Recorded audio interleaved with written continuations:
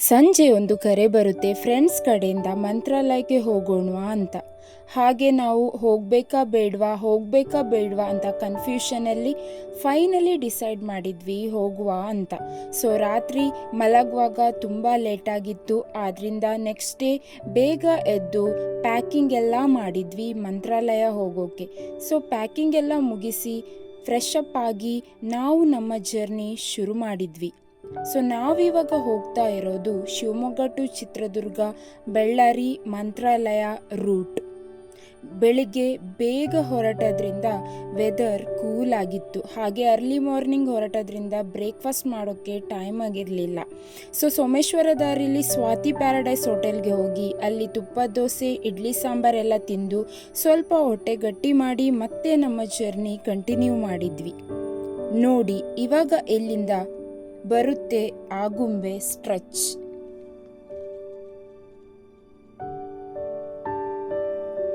ಇಲ್ಲಿಂದ ಆಗುಂಬೆ ಘಾಟಿ ಸ್ಟಾರ್ಟ್ ಆಗುತ್ತೆ. ಘಾಟ್ ವ್ಯೂಸ್ ಅನ್ನು ಬನ್ನಿ ನೀವು ಕೂಡ ನಮ್ಮ ಜೊತೆ ಎಂಜಾಯ್ ಮಾಡಿ. ಇದೇ ನೋಡಿ ಆಗುಂಬೆ ಡೇಂಜರಸ್ ಕರ್ವ್ಗಳು.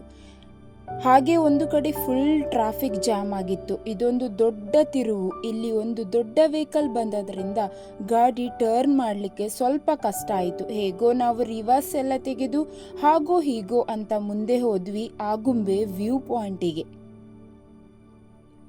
ಅಲ್ಲಿ ಕಾರ್ ಸ್ಟಾಪ್ ಮಾಡಿ ಆಗುಂಬೆ ವ್ಯೂ ಪಾಯಿಂಟಿಗೆ ಬಂದ್ವಿ.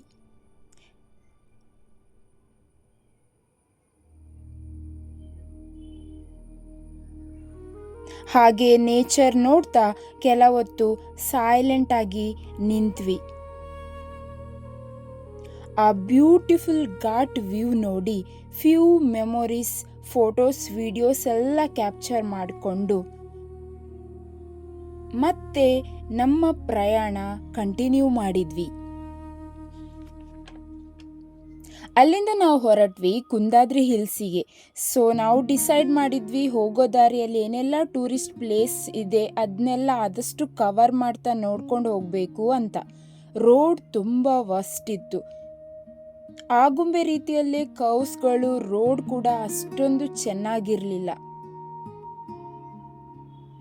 ಕುಂದಾದ್ರಿ ಹಿಲ್ಸ್ ಇದು 826 ಮೀಟರ್ ಎತ್ತರದಲ್ಲಿದ್ದು ವೆಸ್ಟರ್ನ್ ದಟ್ಟ ಅರಣ್ಯದ ಮಧ್ಯದಲ್ಲಿರುವಂಥ ಒಂದು ಘಾಟ್ನ ಪ್ಲೇಸ್. ಆಗೋ ಈಗೋ ಹೇಗೋ ನಾವು ಆ ದಟ್ಟ ಅರಣ್ಯದಲ್ಲಿ ಆ ರೋಡ್ನಲ್ಲಿ ಮೆಲ್ಲ ಮುಂದೆ ಸಾಗಿ ರೀಚ್ ಆದ್ವಿ. ಕುಂದಾದ್ರಿ ಹಿಲ್ಸಿಗೆ ಗಾಡಿ ಪಾರ್ಕ್ ಮಾಡಿ ಇದ್ದ ಸ್ಟೆಪ್ಸ್ ಕ್ಲೈಂಬ್ ಮಾಡಿಕೊಂಡು ಫೈನಲಿ ನಾವು ಕುಂದಾದ್ರಿ ಹಿಲ್ಸ್ ಟಾಪಿಗೆ ಬಂದು ರೀಚ್ ಆದ್ವಿ. ಸಮ್ಮರ್ ಆದರೂ ಅಲ್ಲಿ ಫಾಗ್ಸ್ ತುಂಬಾನೇ ಇತ್ತು. ಇಲ್ಲಿ 365 ಡೇಸ್ ಕೂಡ ಫಾಗ್ ಇರುತ್ತೆ, ನೋಡ್ಬೋದು ನೀವೇ. ಇದು ಪಾರ್ಶ್ವನಾಥ ತೀರ್ಥಂಕರ ಜೈನ ಬಸದಿ. ಇದನ್ನು 17ನೇ ಶತಮಾನದಲ್ಲಿ ಕಟ್ಟಲಾಗಿದೆ. ಇಲ್ಲಿ ಮುಂಚೆ ದಿಗಂಬರ ಜೈನ ಮುನಿ ಕುಂದ ಆಚಾರ್ಯರವರು ವಾಸವಾಗಿದ್ರಂತೆ. ನೋಡಿ ಈ ಬೇಸಿಗೆ ಕಾಲದಲ್ಲಿ ಕೂಡ ಈ ಪಾಂಡಲ್ಲಿ ನೀರು ಹಾಗೇ ಇದೆ. ನೋಡಿ ಈ ವ್ಯೂಸ್ ಆ್ಯಂಡ್ ಫಾಗ್ ಹೇಗಿದೆ ಅಂತ. ವೆದರ್ ಕೂಡ ಮೇಲೆ ತುಂಬ ಕೂಲ್ ಆಗಿತ್ತು. ಆ ಸೆಕೆಯಲ್ಲೂ ಚಳಿಯ ಅನುಭವ, ತಣ್ಣನೆಯ ಗಾಳಿ ಬೀಸುತ್ತಲಿತ್ತು. ಲಿಟ್ರಲಿ ಹೆವನ್ ತರ ಫೀಲ್ ಆಗ್ತಿತ್ತು. ವ್ಯೂಸ್ ಎಂಜಾಯ್ ಮಾಡ್ತಾ ಆ ಪ್ಲೇಸ್ ಫೀಲ್ ಮಾಡೋದ್ರಲ್ಲಿ ಒಂದು ಬೇರೆನೆ ಸಂತೋಷ ಇತ್ತು. ತುಂಬ ಪೀಸ್ಫುಲ್ ಅಂತ ಅನಿಸ್ತಾ ಇತ್ತು. ಇಲ್ಲೆಲ್ಲ ನಾವು ವ್ಯೂಸ್ ಎಂಜಾಯ್ ಮಾಡ್ತಾ ಸ್ವಲ್ಪ ಫೋಟೋಸ್, ವಿಡಿಯೋಸ್ ಎಲ್ಲ ಮೆಮೊರೀಸ್ ಅನ್ನು ಕ್ಯಾಪ್ಚರ್ ಮಾಡಿದ್ವಿ.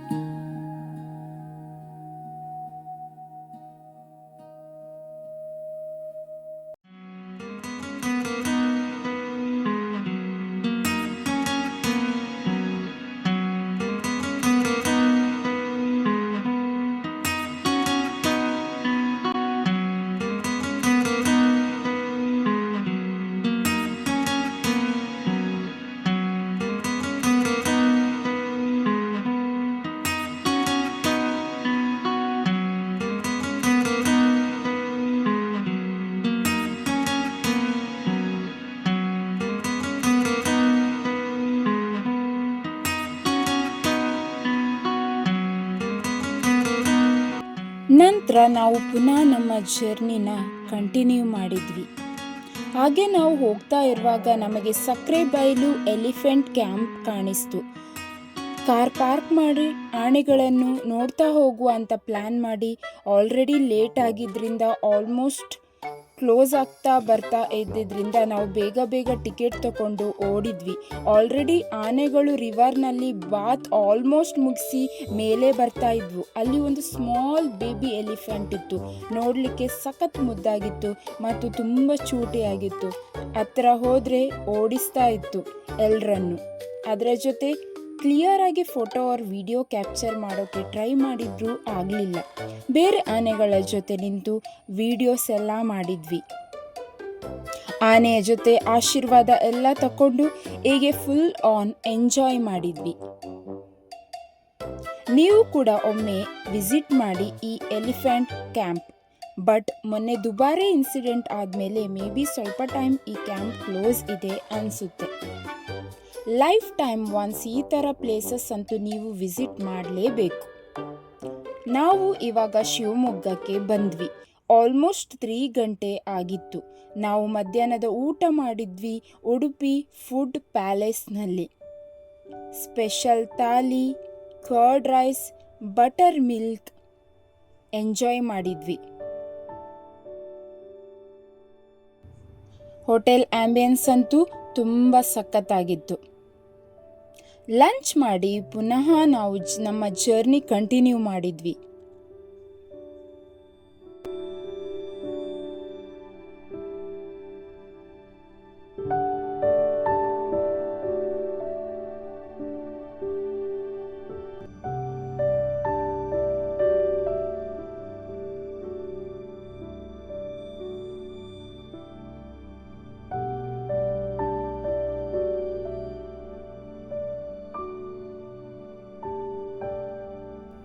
ಹಾಗೆ ಹೋಗ್ತಾ ನಮಗೆ ರೈಲ್ವೆ ಗೇಟ್ ಸಿಕ್ತು. ಅಲ್ಲಿ almost half an hour wait ಮಾಡಿದ್ವಿ. ಒಂದು ಟ್ರೈನ್ ಪಾಸ್ ಆಗಲಿಕ್ಕಿತ್ತು. ಟ್ರೈನ್ ಪಾಸ್ ಆದಮೇಲೆ ಅಗೇನ್ ನಮ್ಮ ಜರ್ನಿ ಕಂಟಿನ್ಯೂ ಮಾಡಿದ್ವಿ. ಆಲ್ಮೋಸ್ಟ್ 5 ಗಂಟೆ ಆಗ್ತಾ ಇದ್ದಾಗ ನಾವು ರೀಚ್ ಆದ್ವಿ ಚಿತ್ರದುರ್ಗ.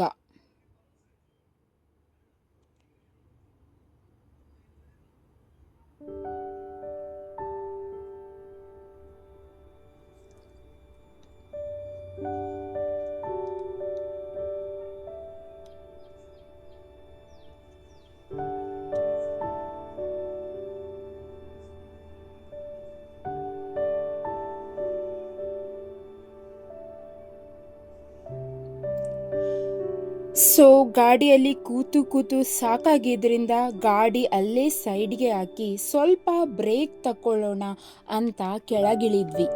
ಅಲ್ಲೇ ರೋಡ್ ಅಕ್ಕಪಕ್ಕದಲ್ಲಿದ್ದ ಸ್ಟೋನ್ ಮೌಂಟೇನ್ಸ್ ವ್ಯೂಸ್ನ ಎಂಜಾಯ್ ಮಾಡ್ತಾ ವಿಡಿಯೋಸ್ ಎಲ್ಲ ಮಾಡಿಕೊಂಡು ನೋಡ್ತಾ ಎಂಜಾಯ್ ಮಾಡಿದ್ವಿ.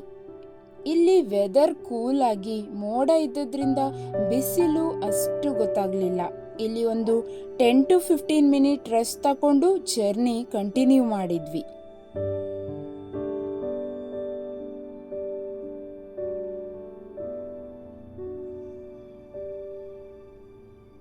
ಮುಂದೆ ಬರುವಾಗ ಪಾಕಶಾಲೆ ಹೋಟೆಲ್ ಸಿಕ್ತು.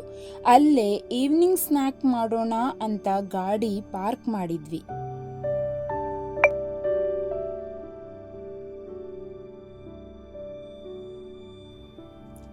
ಅಲ್ಲೇ ವಾಶ್ರೂಮ್ ಹುಡುಕ್ತಾ ಇದ್ದಾಗ ಪಕ್ಕದಲ್ಲೇ ಒಂದು EV ಚಾರ್ಜಿಂಗ್ ಸ್ಟೇಷನ್ ಕೂಡ ಇತ್ತು.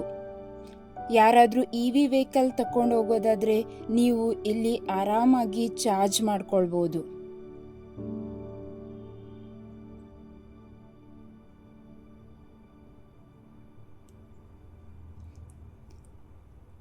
ಹಾಗೆ ನಾವು ಇಲ್ಲಿ ಪಾಕಶಾಲೆಯಲ್ಲಿ ಸ್ವಲ್ಪ ರೆಸ್ಟ್ ಮಾಡಿ ಈವ್ನಿಂಗ್ ಸ್ನ್ಯಾಕ್ಸ್ ಎಲ್ಲ ಎಂಜಾಯ್ ಮಾಡಿದ್ವಿ. ಆನಂತರ ರಿಫ್ರೆಶ್ ಆಗಿ ಜರ್ನಿ ಕಂಟಿನ್ಯೂ ಮಾಡಿದ್ವಿ. ಹೈವೇ ಅಂತೂ ಸೂಪರ್ ಇತ್ತು, ಎಲ್ಲೂ ಸ್ಟಾಪ್ ಕೊಡಲಿಲ್ಲ. ಆನಂತರ